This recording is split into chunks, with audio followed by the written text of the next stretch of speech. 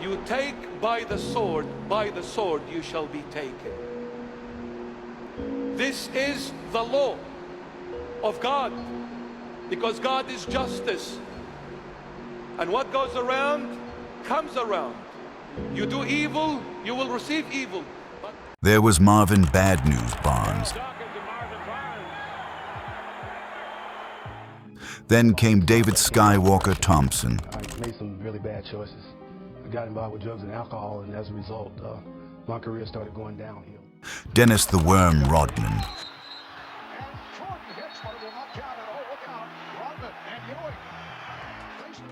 And later a couple more.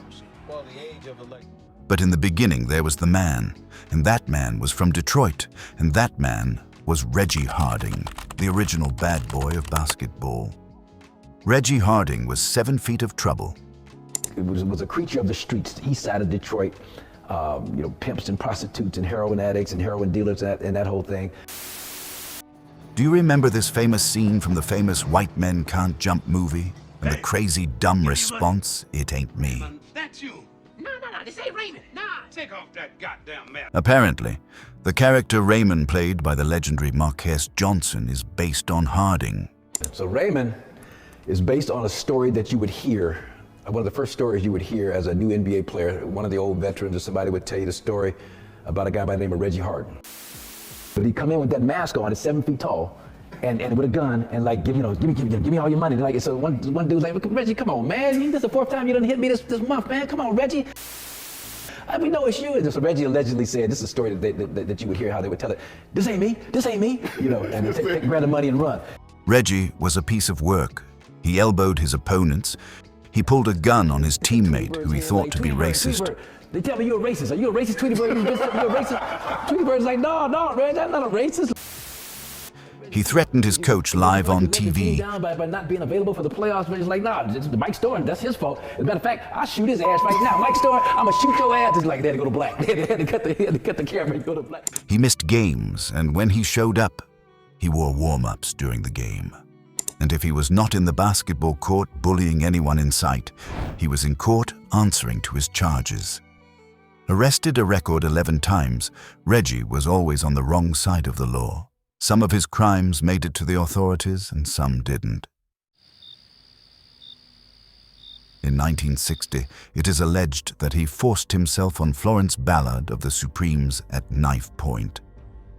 The highly spirited Flo was never the same again. Florence was abused by a neighborhood guy there, and it absolutely just took everything out of her. And you could see that she was no longer the girl that she was. 12 years after this horrifying ordeal, Reggie would be shot dead after an altercation with a friend, just 2 weeks after his biological mother was also shot to death in an argument with her husband, putting an end to his crazy and complicated life. He goes home to Detroit, he gets in more trouble, finally gets thrown in jail, which probably should have happened earlier, and he seems to get things turned around after that and is doing better and trying to do the right thing, and winds up getting shot and killed. But Reggie was not always like this. There's always something going on with Reggie Harding, but when he played, he usually played really well.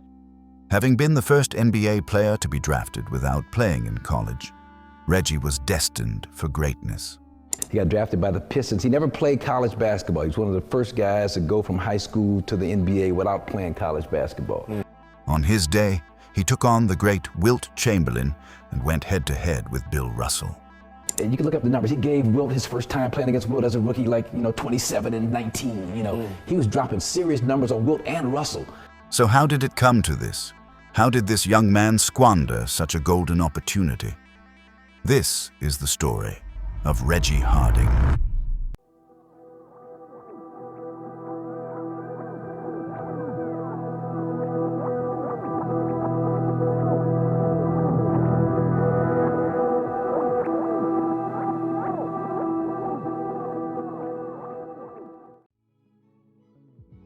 Reginald Harding was born on May 4, 1942 in Detroit, Michigan.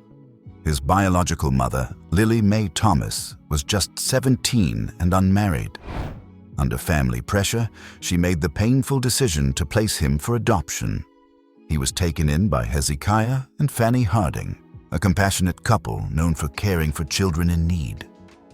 Growing up on Detroit's east side, Reggie stood out early. By age 10, he was much taller than his peers. Though he dreamed of becoming a basketball player, his shyness and frequent teasing made it hard for him to join in. A neighbor eventually encouraged him to play at a local court, helping him gain confidence. Seeing his dedication, his adoptive parents gave him a basketball, his constant companion. He dribbled it everywhere and even slept with it. By middle school, Reggie was already over 6'5" and dominated local games. When he reached Eastern High School, after a stint with a Catholic team, he was 6'10". In 1959, as a sophomore, he led Eastern to its first city championship. His incredible talent made headlines, and he quickly became a local sensation. But with recognition came pressure. Trying to fit in with older peers, Reggie began spending time in environments that concerned his family. Hoping to redirect him, they sent him to work on a farm in Cadillac during the summer of 1959. He felt isolated and unwelcome, and after a dispute over wages, left abruptly. He was later arrested and placed on probation after he stole the farmer's pickup truck to drive back home. The media, once supportive, quickly turned critical. Around this time, Reggie also discovered he had been adopted, a revelation that deeply affected him. When his adoptive parents withheld details about his birth family, Reggie struggled with feelings of rejection and identity that would linger throughout his life. In the midst of all this, during the summer of the same year, something terrible happened. Not to Reggie, but to a young woman who was working tirelessly to form a girl group called the Primettes. Her name, Florence Ballard. It happened during one of Frantic Ernie Durham's sock hops at the Greystone Ballroom. These events were considered safe entertainment for teens. No alcohol was served, and admission was just 50 cents. That evening, Florence attended the dance with her brother Billy, as their mother would never allow any of her daughters to go out alone. At some point during the night, the two got separated. Even as it grew late, Flo wasn't worried. Most youths were leaving, so she waited near the exit, expecting to spot Billy any moment so they could head home together. Then someone called her name. She thought it was her brother, but it wasn't. It was Reggie Harding, the well-known local high school basketball star admired for his talent and height. When he offered her a ride home, she accepted. He was famous and familiar. There was no reason in her mind to fear him. As they drove, Florence cheerfully hummed along to the radio until she noticed something was off. They were on Woodward Avenue, but heading in the wrong direction. When she asked about it, Reggie said nothing and kept driving. Unease turned into fear. Reggie eventually pulled into an empty parking lot just off Woodward. According to later accounts, he allegedly assaulted her at a knife point. This was at a dance, and she accepted a ride from a young man who she thought was her friend, and he raped her. The incident deeply traumatized Florence. She withdrew from those around her, slipping into a prolonged depression. First of all, I didn't know what was going on because we didn't hear from her like for about 2 weeks. Well, that was odd because we were such good friends. Yeah. And then we would call over there, but her parents wouldn't let us talk to her or anything. We couldn't figure out what was going on. Although she eventually found the strength to pursue singing, those who knew her said she was never quite the same. She was, from that moment on, never, ever the same person. The once vibrant, mischievous, and confident girl had changed. In her place was someone wounded, someone whose path would become increasingly self-destructive. We said she was drinking. However, what happened to Florence is something that has happened to a lot of women and is still going on. Reggie Harding was never charged in connection with the assault. The reason remains unclear.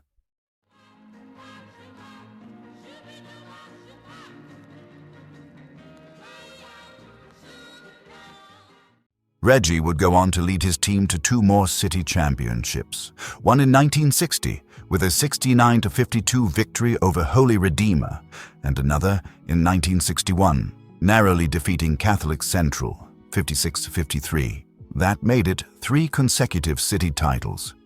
We moved on into the city championship game against powerful and undefeated Eastern High. It was close all the way, but we fell 3 points short, 56-53. Over his 3-year career at Eastern High School, Reggie scored a total of 1,079 points, averaging an impressive 25.2 points per game. After high school, however, it became clear he wasn't prepared for the academic requirements of college. Reggie was reportedly reading at a first-grade level, yet teachers often passed him because of his basketball talent. This academic gap forced him to attend a small college prep school in Tennessee in an effort to meet eligibility standards. Eventually, Reggie made history when he entered the NBA draft.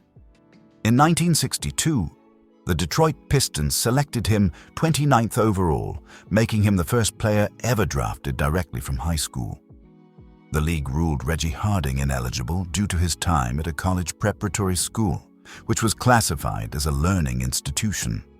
Reggie Harding, fascinating guy, a 7-foot center, really talented. He almost went straight from high school to the NBA. He went to like a prep school or whatever in between. I think it was in Tennessee. He had to go 1 more year. He never got his high school diploma. Under NBA rules, a player could be drafted without attending college, but they had to be 1 full year removed from high school. Reggie didn't meet that requirement. In the meantime, he played in the Midwest Professional Basketball League, MPBL, with the Toledo Tartans and Cook's Holland Oilers. In 1963, Detroit drafted him again, this time 48th overall, and signed him. However, off-court issues kept him off the roster, including a police investigation following his arrest for allegedly carrying a gun into a bar just months earlier. To help him refocus, the Pistons sent him to a training clinic in North Carolina, where he significantly improved his shooting mechanics. By January 1964, after touring with the Harlem Road Kings, Reggie officially joined the Pistons. Just 4 games into his NBA career, he became the team's starting center, averaging 11 points per game. Some predicted he would outshine the top college big men entering the league that year. And you can look up the numbers. He gave Wilt his first time playing against Wilt as a rookie, 27 and 19. He was dropping serious numbers on Wilt and Russell. But Reggie was Reggie. His career quickly began to unravel due to his off-court behavior. Known for his lack of discipline, he slept through practices and once missed a team flight, earning a $500 fine. By the end of the season, he'd accumulated nearly $3,000 in fines, an enormous sum at the time. He resented authority and often defied team rules. If told to wear a shirt and tie, he'd show up in a turtleneck. In 1965, things took a turn for the worse. After drinking all night, Reggie got into an argument with a police officer, writing him a parking ticket, and knocked the officer's hat off. He was convicted of felonious assault and given a suspended sentence. The Pistons fined him $2,000, the largest fine in NBA history at that time. Just a week later, he was arrested again in a Blind Pig, an illegal bar, found hiding behind a couch. This came after a week of public apologies and promises to turn his life around. Both the Pistons and the NBA suspended him indefinitely. Reggie missed the entire 1965-66 season. During that time, he sank deeper into Detroit's underworld, surrounding himself with pimps, prostitutes, and heroin. It was during this period that his addiction took hold. In 1966, after threatening to sue, he was reinstated and signed a $15,000 contract with the Pistons. Despite the second chance, he was traded to the Chicago Bulls in 1967, but was waived shortly after overstaying a leave of absence granted for his adoptive mother's funeral. In 1968, Reggie signed with the ABA's Indiana Pacers. His talent was still evident, but so was his volatility. He played physically and aggressively, once elbowing Denver's Byron Beck so hard that Beck chased him off the court. He reportedly threatened to shoot his roommate and teammate, Jimmy Rail, whom he believed to be racist. Pistol pointed at Tweety Bird's head like, Tweety Bird, they tell me you're a racist. Are you a racist, Tweety Bird? You're a racist? Tweety Bird's like, no, Reg, I'm not a racist. During a television interview, Reggie even threatened to shoot Pacers GM Mike Storen, blaming him for not playing him. Reggie, don't you feel like you're letting the team down by not being available for the playoffs? Reggie's like, nah, it's Mike Storen, that's his fault. As a matter of fact, I'll shoot his ass right now. Mike Storen, I'm gonna shoot your ass. It's like they had to go to black. They had to cut the camera and go to black. Rumors circulated that Reggie carried a pistol in his gym bag. Teammates felt uneasy around him, and management assigned him an unofficial babysitter to keep him in check. Despite these efforts, continued misconduct led to multiple fines, a playoff suspension, and ultimately his release from the team. In June 1968, Reggie Harding was being held at Detroit General Hospital as a suspect in an armed robbery investigation. Just a week later, he returned to the hospital, this time with gunshot wounds to both legs from a separate incident. In 1969, Harding was sentenced to 2.5 years in southern Michigan prison for a concealed weapons charge. After his release in June 1971, he attempted an NBA comeback, but no team signed him.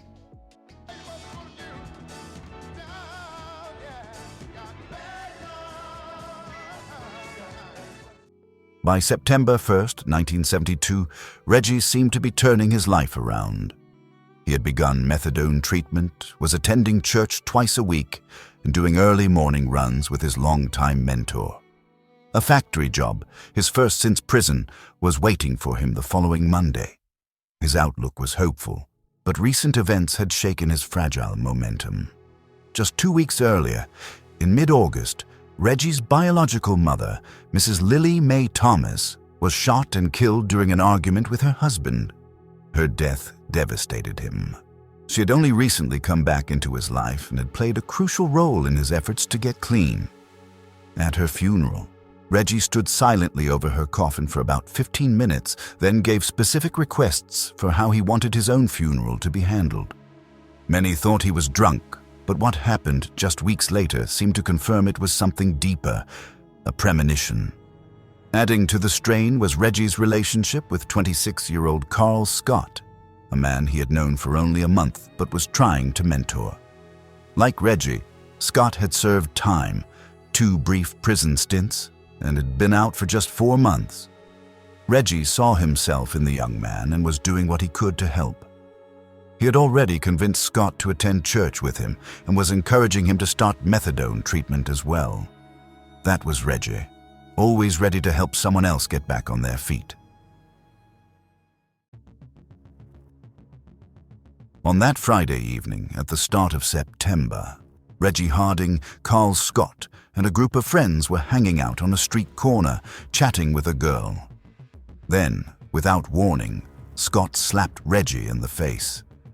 Shocked, Reggie slapped him back and held the smaller man in place, embarrassing him in front of the group. "The big fella doesn't want to hurt you," Reggie said, trying to de-escalate the situation. Scott broke free and ran off. Reggie, clearly shaken, sat on some nearby porch steps and cried. He asked his friends if he'd handled things right, and they assured him he had. They said Scott must have been out of his mind to provoke a fight for no reason. Reggie later walked toward a friend's house and stopped at Parkview in Courchevel to chat with a couple of girls. That's when a car pulled up around the corner. According to police reports, Carl Scott got out holding a pistol and approached Reggie. Reggie looked at the weapon but didn't believe for a second that Scott would actually shoot. After all, they were friends. "If you shoot me," Reggie said with a mocking smile, "shoot me in the head. I don't want to feel no pain." Scott raised the gun and pulled the trigger. Reggie looked down in disbelief. "Why? Why?" "Man, you shot me," he said as his world began to spin. Scott then fired a second shot into Reggie's head and fled to a waiting car. Reggie collapsed on the sidewalk. Right there in the neighborhood, he had never truly escaped. He was rushed to Detroit General Hospital, where he died the next day at approximately 1:30 p.m. Scott wasn't arrested immediately, sparking rumors that the murder had been a paid hit. Some even speculated that Reggie's mother's husband, fearing revenge for her death, had arranged it. Tragically, Reggie's son would later echo his father's troubled legacy, being convicted of murder in 1988 and sentenced to life in prison without parole.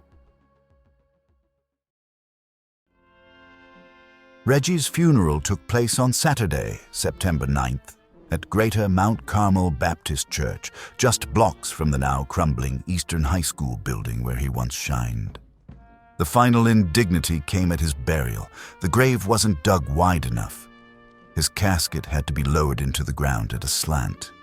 He may have paid for his sins, but who are we to judge?